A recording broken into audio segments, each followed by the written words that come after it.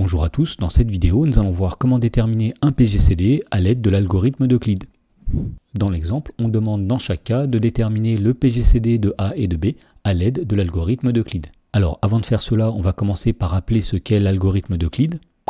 Alors, si A et B sont deux entiers relatifs qui ne sont pas tous les deux nuls, et dont on veut calculer le PGCD, eh bien on va commencer par considérer Rn la suite d'entiers naturels, qui est définie de la façon suivante. Donc tout d'abord, R0 est le reste de la division euclidienne de A par B, R1 c'est le reste de la division euclidienne de B par 0, et pour tout entier naturel n, Rn plus 1 c'est le reste de la division euclidienne de Rn-1 par Rn. Alors cette suite d'entiers est nulle à partir d'un certain rang, et la dernière valeur non nulle prise par cette suite est égale au PGCD de A et de B. Et donc l'algorithme qui consiste à calculer les différents termes de cette suite s'appelle l'algorithme d'Euclide.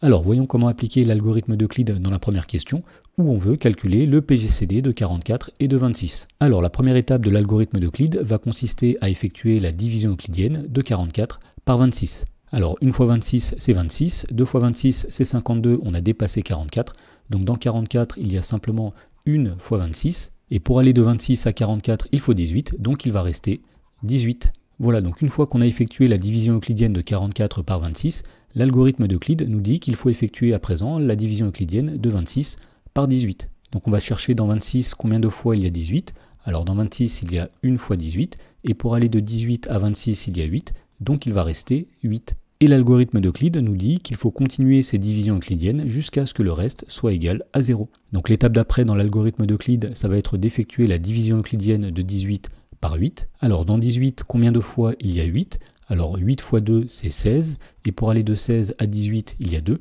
donc il y a 2 fois 8 et il reste 2. Alors le reste n'est toujours pas égal à 0, donc on continue, on va effectuer la division euclidienne de 8 par 2. Dans 8, combien de fois 2?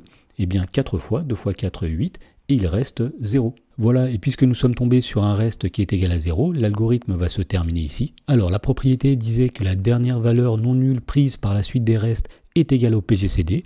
Ici, le dernier reste non nul est 2, donc on en déduit que le PGCD des deux nombres de départ, c'est-à-dire le PGCD de 44 et de 26, est égal à 2. Dans la question numéro 2, on demande de déterminer le PGCD de 1386 et de 217. Donc là encore, nous allons appliquer l'algorithme d'Euclide, et la première étape va consister à effectuer la division euclidienne de 1386 par 217. Alors étant donné que les nombres sont un peu grands, on peut utiliser une calculatrice. On va taper 1386 divisé par 217, ça donne environ 6,38. Donc on va garder la partie entière qui est 6, et si on tape 217 fois 6, on obtient 1302. Donc dans 1386, il y a 6 fois 217, et le reste sera le nombre obtenu pour aller de 1302 à 1386, c'est-à-dire 84. Donc on peut écrire que 1386, c'est 217 multiplié par 6 plus 84. Voilà, donc nous avons effectué la première étape de l'algorithme d'Euclide. L'étape suivante consiste à prendre le diviseur et le reste et à effectuer leur division euclidienne. Donc on va chercher dans 217 combien il y a de fois 84. Alors pour cela, on va utiliser encore une fois la calculatrice. On va taper 217 divisé par 84. On trouve environ 2,58. Donc on va garder le 2 ici. Et donc dans 217, il y a 84 fois 2. Alors 84 fois 2, c'est 168. Et pour obtenir le reste, il suffit de faire 217 moins 168. Et donc on voit que le reste sera 49. Donc on peut écrire que 217, c'est 84 fois 2 plus 49. Alors puisque le reste n'est pas égal à 0, on recommence une nouvelle fois. On va effectuer la division euclidienne du diviseur avec le reste. Autrement dit, on va chercher dans 84 combien de fois 49. Donc si on tape 84 divisé par 49, on obtient 1,71, ce qui veut dire que dans 84, il y a 1 fois 49.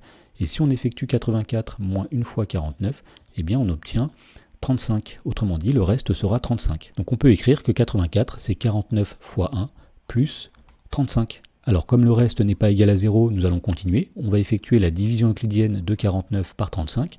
Alors dans 49, combien il y a 2 fois 35? Une fois, puisque 2 fois 35 c'est 70. Et pour aller de 35 à 49, il y a 14, donc le reste sera 14. Alors le reste n'est pas égal à 0, donc on continue à nouveau. On effectue la division euclidienne de 35 par 14. Dans 35, combien il y a 2 fois 14? Alors 14 fois 2, ça donne 28. Et pour aller de 28 à 35, il va rester 7. Donc on peut écrire que 35, c'est 14 fois 2, plus 7. Alors le reste n'est toujours pas égal à 0, donc on effectue à nouveau une division euclidienne. On va faire la division de 14 par 7. Dans 14, combien de fois 7? Eh bien 2 fois, 7 fois 2, 14, et il reste 0. Voilà, donc puisque nous avons un reste qui est égal à 0, l'algorithme d'Euclide s'arrête ici. Et donc on sait que le PGCD des deux nombres de départ sera le dernier reste qui n'était pas égal à 0, c'est-à-dire 7. Autrement dit, le PGCD de 1386 et de 217 est égal à 7.